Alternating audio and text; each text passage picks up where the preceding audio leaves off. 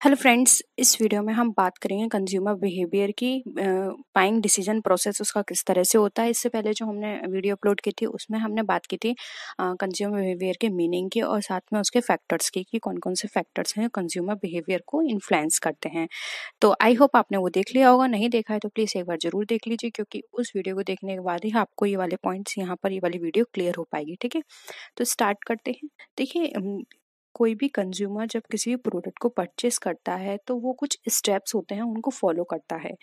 जैसे कि आप फॉर एग्जांपल आप किसी मार्केट में जाते हैं, आप कोई भी प्रोडक्ट परचेस करते हैं तो पहले उसको मार्केट में जाने से पहले ही आप अपने माइंड में क्या लेके चलते हैं कि ये जो प्रोडक्ट है इस तरह का होना चाहिए, उसमें ये फीचर्स होने चाहिए, उसमें ये क्वालिटी होनी चाहिए और वो मेरी नीड को सेटिस्फाई करे, उसका क्वालिटी ये होनी चाहिए, उसके प्राइस इतने तक होने चाहिए या उसमें कलर ये होना चाहिए। तो ये पूरी चीज़ें आपने क्या करी अपने माइंड में अम, पूरी सेट कर ली, या फिर आपने सोचा कि चलो ठीक है, जब आप मार्केट गए तो वहाँ पर आप ये सोच के चलते हैं कि ठीक है, ये 4 तरह के प्रोडक्ट हैं, आप उसमें से भी आप फिर बेस्ट चूज़ करते हैं। तो यही सारी चीज़ें आपकी बाइंग डिसीजन प्रोसेस का पार्ट होती हैं। ठीक है, स्टार्ट करते हैं। देखिए, फर्स्ट पॉइंट है यहाँ पर हमारा नीड रिकॉग्निशन। नीड रिकॉग्निशन, देखिए ये फर्स्ट प्रोसेस है। इसके अंदर हम एक पर्सन जो होता है वो रियलाइज करता है कि उसको क्या प्रॉब्लम है, यानी कि उसके पास क्या चीज़ नहीं है या फिर उसको किस चीज़ की नीड है, वो पहले ये एनालाइज करता है। एक नीड अब खुद से भी यानी इंटरनली भी उसकी अराइज हो सकती है और एक्सटर्नली। इंटरनली उसके पास कोई चीज़ नहीं है, उसके पास उसकी कमी है, उसको फील हो रहा है कि मेरे पास ये चीज़ होनी चाहिए, या फिर वो खुद ही अंदर से ये अपने ये महसूस कर रहा है कि मुझे ये प्रोडक्ट खरीदना है। एक्सटर्नल का मतलब यहाँ पर ये है कि उसको अब तक उसने उस प्रोडक्ट के बारे में नहीं सोचा था, लेकिन उसने किसी के पास वो प्रोडक्ट देखा या फिर किसी ने उसको रिकमेंड किया कि ये प्रोडक्ट बहुत अच्छा है, इसमें ये फीचर्स हैं और ये इस तरह से वर्क करता है। तो अब उसको देखकर आपको लगा कि हाँ, ये प्रोडक्ट अब आपके पास भी होना चाहिए। तो ये क्या हो गया, एक्सटर्नल। तो नीड रिकॉग्निशन में पहले हम ये देखते हैं कि हमारे पास वो है या नहीं। इंटरनली हम या तो वो प्रॉब्लम हमारी अराइज होती है या फिर एक्सटर्नली। ठीक है, सेकेंड आता है हमारा इंफॉर्मेशन सर्च। अब हमने वो प्रोडक्ट देख लिया, अब हम उसके बारे में ढूंढना शुरू करते हैं। आज के टाइम में तो हमारे पास गूगल है, तो हम सबसे पहले तो गूगल पे ही जाते हैं उस प्रोडक्ट के बारे में सर्च करने की, ये प्रोडक्ट किस तरह का है, किस तरह से उसमें फीचर्स क्या-क्या हैं, उसके प्राइस क्या-क्या हैं, ये सारी चीज़ें हम क्या करते हैं, सर्च करते हैं। और अगर गूगल नहीं है तो आप मार्केट में जाके भी उसके बारे में पता करते हैं, 2-3 शॉप पर जाके पूछते हैं कि अच्छा, आपके पास इस क्वालिटी का प्रोडक्ट है तो उसके कितने प्राइस हैं या क्या कौन-कौन से फीचर्स हैं। तो यही सेकंड क्या हो गया, इन्फॉर्मेशन सर्च। ठीक है, अब थर्ड पॉइंट आता है, आपने सारी इन्फॉर्मेशन गैदर कर ली हर जगह से। अब थर्ड आ गया इवैल्यूएशन ऑफ अल्टरनेटिव्स। देखिए, इवोल्यूशन ऑफ ऑल्टरनेटिव ऑल्टरनेटिव ये हमारी स्टेज थर्ड है। ये हमारी इंफॉर्मेशन सर्च के बाद आती है। इसमें कस्टमर जो होता है वो एनालाइज करता है जहाँ जहाँ से भी उसने इंफॉर्मेशन गैदर की है, फिर वो चाहे गूगल से हो सकती है, चाहे वो मार्केट से हो सकती है। फिर वो सारी इन्फॉर्मेशन को एनालाइज करता है कि हाँ, मुझे ये इन्फॉर्मेशन मिली, इस प्रोडक्ट की ये ब्रांड है, ये प्रोडक्ट है, इसका इतना प्राइस है, या फिर ये शॉप इतने प्राइस में उसको हमें प्रोवाइड करा रहा है, या फिर ऑनलाइन ये हमें इस प्राइस पे मिल रही है। तो आपने क्या किया, सारे ऑल्टरनेटिव्स को वहाँ पे इवेल्युएट किया। इस स्टेज पर हम जो भी हमारे पास इंफॉर्मेशंस होती हैं उनको हम एक लिस्ट बना के या फिर माइंड में ही हम उनकी एक कैटेगराइजेशन कर लेते हैं कि हाँ, ये सारे प्रोडक्ट हैं, इनका कोटेशन इतना है, इसका इतना प्राइस है और इसमें इतने सारे फीचर्स हमें मिल रहे हैं। तो आपने एवेल्यूशन कर लिया। फोर्थ स्टेज पर आते हैं जो कि है हमारा परचेस डिसीजन। अब देखिए, परचेस डिसीजन जो है, अब आपने जब इवैल्यूएशन किया तो इवैल्यूएशन करने के बाद आपने को ये पता चल गया कि कौन सी शॉप या फिर कहाँ से आपको बेटर मिल रहा है, यानी कि अच्छी क्वालिटी का और कम प्राइस पे मिल रहा है। तो आपने यहाँ इस स्टेज पर आप सिलेक्शन करेंगे परचेस करने के लिए कि मुझे ये प्रोडक्ट यहाँ से परचेस करना है, ये क्राइटेरियो के साथ। ठीक है, यहाँ पे परचेज डिसीजन जो है वो हमारा डिपेंड करता है ब्रांड की अवेलेबिलिटी पर, यानी कि ब्रांड हमारा अवेलेबल है या नहीं। अब यहाँ पर भी हम सबसे ज़्यादा ये चीज़ प्रेफर करते हैं कि इसमें हम ये देखते हैं कि किसके व्यूज़ ज़्यादा हैं। अब मार्केट में तो ये इतना पॉसिबल नहीं है कि हमें व्यूज़ पता चले। हम ऑनलाइन ही व्यूज़ देखते हैं कि हाँ, लोगों के व्यूज़ उस प्रोडक्ट के कैसे थे, उन्होंने यूज़ किया तो उसको कैसे पता चला। तो यहाँ पर फाइनल क्या हो जाता है, हम परचेज़ के लिए डिसीज़न ले लेते हैं। फिफ्थ आता है हमारा पोस्ट परचेज़ बिहेवियर। अब एक कस्टमर ने उस प्रोडक्ट को परचेज़ कर लिया। अब प्रोडक्ट को परचेज़ करने के बाद वो यहाँ पर ये डिसीज़न लेगा कि उस प्रोडक्ट को परचेज़ करने के बाद वो सैटिस्फाई हुआ या नहीं। यानी कि सैटिस्फैक्शन उसका इंक्रीज़ हुआ या फिर यहाँ पर उसको सैटिस्फैक्शन मिला या नहीं, ये चीज़ वो इस स्टेज पर फाइंड आउट करेगा, ठीक है। और उसके बाद ही वो नेक्स्ट जो भी उसकी फ्यूचर में परचेजिंग होगी वो डिपेंड करेगी। अगर यहाँ पर वो सेटिस्फाई होता है तो फ्यूचर में भी वो इस प्रोडक्ट को आगे फर्दर परचेस करेगा, और यहाँ पर वो सेटिस्फाइड नहीं होता है तो फ्यूचर में सोचेगा इस प्रोडक्ट के बारे में, नहीं तो वो कहीं और स्विच ओवर कर जाएगा, ठीक है। तो ये कहलाता है परचेज पोस्ट परचेज बिहेवियर, यानी कि अब वो उस प्रोडक्ट को परचेस करने के बाद, उसको यूज करने के बाद ये डिसीजन लेगा, ठीक है। अब आता है इसके बाद buyer decision process for new product, यानी कि न्यू प्रोडक्ट के लिए एक बायर की क्या डिसीजन है। देखिए कोई भी बायर डिसीजन लेता है तो वो एग्जिस्टिंग प्रोडक्ट और न्यू प्रोडक्ट के वेरिएशन पर लेता है, यानी कि वो ये देखता है कि वो जो भी प्रोडक्ट खरीद रहा है उसका उस कंपनी के साथ पुराने प्रोडक्ट से किस तरह से रिलेशन रहा है, यानी कि उसका उसके साथ कैसा एक्सपीरियंस रहा है, इसमें वो ये चीज़ फाइंड आउट करता है। देखिए इसके अकॉर्डिंग एक डेफिनेशन भी है जो कि कॉटलर ने दी है।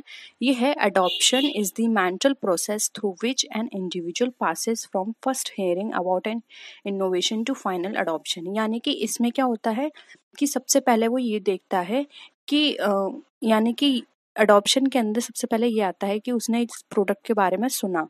अब ये अवेयरनेस कहीं से भी हो सकती है, आपकी सोशल मीडिया के थ्रू हो सकती है या फिर आपके किसी फ्रेंड्स के थ्रू हो सकती है, कहीं से भी आप इस प्रोडक्ट के बारे में अवेयर हुए, थोड़ा सा आपके अंदर इंटरेस्ट आया, यानी कि आपने किसी के बारे से इस प्रोडक्ट के बारे में सुना, फिर आपके अंदर इंटरेस्ट आया इस प्रोडक्ट के बारे में कि हाँ ठीक है, मुझे ये प्रोडक्ट सर्च करके देखता हूँ कि ये प्रोडक्ट कैसा है।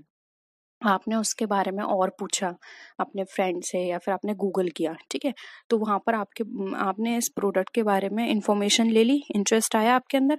उसके बाद जो नेक्स्ट स्टेज आती है वो इवेल्यूशन, जो भी अभी हमने ऊपर पढ़ी थी। अब आप उस इवेल्युएट करेंगे कि हाँ ये फीचर्स हैं जो मेरे एग्जिस्टिंग प्रोडक्ट मैं यूज़ कर रहा हूँ उसके पास वो फीचर्स नहीं है, इसलिए मुझे अब इस प्रोडक्ट को परचेस कर लेना चाहिए। या फिर आपने क्या किया, ट्रायल पे लिया। ट्रायल पे आप किसी अदर पर्सन का प्रोडक्ट भी यूज़ कर सकते हैं, या फिर कुछ ऐसे प्रोडक्ट्स भी होते हैं या सर्विस भी होती हैं जो कि आपको फ्री ट्रायल पर भी मिल जाती हैं। तो आपने उसका ट्रायल किया और जब आपको ये प्रोडक्ट अच्छा लगा तो आपने उसको अडॉप्ट कर लिया, यानी कि आपने उसको परचेस कर लिया, ठीक है। देखिए मैं आपको यहाँ पे मॉडल बता देती हूँ। जो बाइंग बिहेवियर के जो मॉडल होते हैं वो हमारे टोटल 4 मॉडल होते हैं। देखिए फर्स्ट आता है हमारा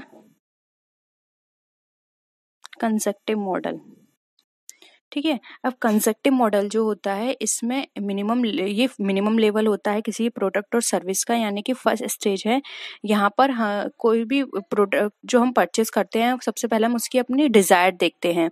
इसमें सबसे पहले वो एलिमिनेशन देखता है कि हाँ, जैसे कि आप मार्केट गए, मैं आपको एक एग्जांपल से बताती हूँ। आप मार्केट गए, आपको टी शर्ट लेनी थी, आपने टी शर्ट के लिए बोला सेल्स पर्सन को, ठीक है।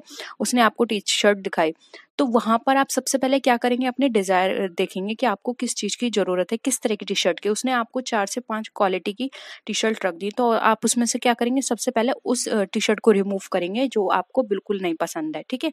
तो यहाँ पर क्या किया आपने, सबसे पहले कौन सी स्टेज आ गई, रिमूव। वो वाली चीजें करे आपने जो कि आपको बिल्कुल नहीं चाहिए, ठीक है। अब इसके बाद जो सेकंड मॉडल आता है जो कि इसी से ही लिंक है वो है डिसकंस्ट्रक्टिव। क्या है, डिसकंस्ट्रक्टिव मॉडल। अब डिसकंस्ट्रक्टिव मॉडल में क्या किया आपने, पहले तो क्या किया, रिमूव कर दी जो आपको बिल्कुल नहीं चाहिए थे। अब इसमें से भी आप वो चीज चूज करेंगे जिसमें आपको मिनिमम एट्रीब्यूट मिलता है। मिनिमम एट्रीब्यूट का मतलब यहाँ पर यह है, आपने उसमें 4 टी शर्ट उसने दिखाई थी, आपने एक टी शर्ट रिमूव कर दी कि इसका तो मुझे कलर बिल्कुल ही पसंद नहीं है, ठीक है। अब आपके पास 3 टी-शर्ट बची हैं, वो उन 3 टी-शर्ट में से आप क्या करेंगे, आप सबसे पहले तो वो वाली टी-शर्ट्स निकालेंगे जो कि आपको थोड़ी-थोड़ी पसंद हैं। तो उसमें से मैंने 2 टी-शर्ट निकाल ली कि हाँ, इसका कलर मुझे थोड़ा अच्छा लग रहा है और इसका मुझे जो डिज़ाइन है वो अच्छी लग रही है। तो मिनिमम एट्रीब्यूट क्या हो गए दोनों में, एक में कलर मुझे पसंद आया और एक में मुझे उसका पैटर्न अच्छा लगा, ठीक है? तो यहाँ पर मैंने क्या किया, जिसमें थोड़ा-सा भी मुझे ऐसा लगा कि हाँ, ये शायद मैं खरीद सकती हूँ, वो मैंने अलग कर ली। तो यानी कि वहाँ पे एक और रिमूव हो गई। अब देखिए ये 2 मॉडल हो गए। अब 2 मॉडल के बाद हमारा थर्ड मॉडल जो आता है वो होता है हमारा एक्सपेक्टेंसी वैल्यू। कौन-सा? Expectancy value. अब देखिए इसमें क्या करते हैं कस्टमर ने, अब दोनों, एक का मेरे को क्या पसंद आया था, पैटर्न, और एक का मुझे क्या पसंद आया था, कलर, ठीक है? अब इन दोनों में मैं कंपैरिजन करूंगी कि मुझे सबसे ज्यादा वेटेज किस में मिल रहा है। इसका मुझे पैटर्न पसंद है तो क्या इसका मुझे कलर भी पसंद है, और अगर इसका कलर मुझे पसंद है तो क्या पैटर्न भी पसंद है। तो यहाँ पर क्या हुआ, मैं अब दोनों को वेटेज दूंगी, यानी कि मुझे किस प्रोडक्ट में इन दोनों में से कौन सा ऐसा प्रोडक्ट है जिसको मुझे ज्यादा वेटेज देना है और किसको मुझे कम वेटेज देना है। इसमें मैंने वो सारी अपनी कैलकुलेशन लगाई, ठीक है? अब थर्ड मॉडल के बाद हमारा जो फोर्थ मॉडल आता है वो होता है हमारा लेक्सिकोग्राफिक। लेक्सिकोग्राफिक मॉडल में क्या होता है, अब मैंने यहाँ पे इस थर्ड स्टेज में इनको वेट दिया था।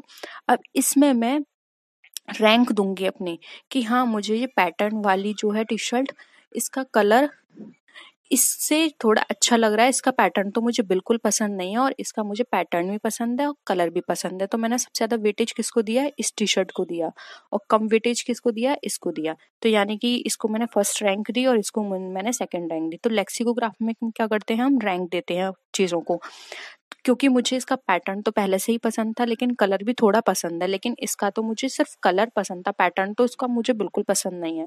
तो मैंने फर्स्ट वाली टी शर्ट को वेटेज ज्यादा दिया, उसको फर्स्ट रैंक दिया और उसको सेकंड रैंक दी। तो अब लेक्सिकोग्राफ में क्या कर दिया, मैंने दोनों प्रोडक्ट को क्या कर दिया, रैंक दे दी। तो अब मुझे कौन सा प्रोडक्ट ज्यादा पसंद आएगा, फर्स्ट वाला, इसलिए मेरी जो फाइनल डिसीजन होगा, जो जिसको मैंने सुपीरियर रखा है वो है मेरी टी शर्ट 1, जिसको इसलिए मैं यहाँ पर अपनी पैटर्न वाली टी शर्ट को परचेस करूंगी, ठीक है? होप यहाँ पर ये मेरे बाइंग बिहेवियर मॉडल जो थे तीनों मैंने आपको एग्जाम्पल से समझा, आपको समझ में आए होंगे। आप नाम नोट कर लीजिए। फर्स्ट है कंजक्टिव मॉडल, सेकंड है डिसकंजक्टिव मॉडल, थर्ड है एक्सपेक्टेंसी मॉडल, और फोर्थ है लेक्सिकोग्राफिक मॉडल। ये तीनों एक दूसरे से इंटरलिंक है और तीनों को मैंने एक एग्जाम्पल के थ्रू भी आपको समझाने की कोशिश की है, ठीक है? तो यही है बाइंग बिहेवियर मॉडल, जिसमें हम ये सारी चीजें देखते हैं। पहले हम देखते हैं सारे उनके जो भी प्रोडक्ट हमने लिए हैं उसमें से हमें क्या बिल्कुल पसंद नहीं है, फिर हम उसको रिमूव करते हैं। सेकंड स्टेज में हम देखते हैं कि मुझे लीस्ट कौन सा पसंद है, मतलब जिसमें थोड़ा भी मेरे को कुछ चीज पसंद आ रही है हम उसको हटा लेते हैं, बाकी हम अपने जो भी एट्रीब्यूट्स हैं उससे निकाल देते हैं। थर्ड आता है एक्सपेक्टेंसी। एक्सपेक्टेंसी में हम क्या करते हैं, इम्पोर्टेंस देते हैं, यानी कि एक वेट देते हैं चीज़ों को कि हाँ मुझे कौन से प्रोडक्ट अब इनमें से बेस्ट लग रहे हैं।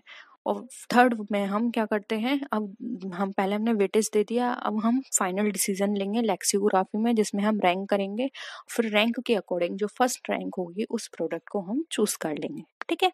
तो ये हमारा कहलाता है बाइंग बिहेवियर मॉडल। होप यहाँ पर ये पूरा चीज आपको क्लियर हुई है। अब ये हमारा कंज्यूमर बिहेवियर के दोनों टॉपिक क्लियर हो गए हैं। कंज्यूमर बिहेवियर का टॉपिक कंप्लीट हो गया है। अभी तक आपको इनके फैक्टर्स या फिर इनके बाइंग बिहेवियर मॉडल में से कुछ भी ऐसा लगता है जो आपको क्लियर नहीं है, प्लीज जरूर बताइए। मैं पूरा टॉपिक दोबारा से डिस्कस कर लूंगी, बस आपको वो टॉपिक क्लियर होना चाहिए, ठीक है? तो होप यहाँ पर आपको सारी चीज़ें मैं ये मान के चल रही हूँ कि क्लियर है। नहीं है तो प्लीज़ ज़रूर बताइए। वीडियो को लाइक कीजिए, अपने फ्रेंड्स के साथ भी शेयर कीजिएगा, और किसी भी तरीके की कोई भी क्वेरी हो तो ज़रूर बताइएगा। तो नेक्स्ट वीडियो में फिर मिलते हैं और भी अच्छी वीडियोज़ के साथ। तब तक के लिए टेक केयर, बाय बाय।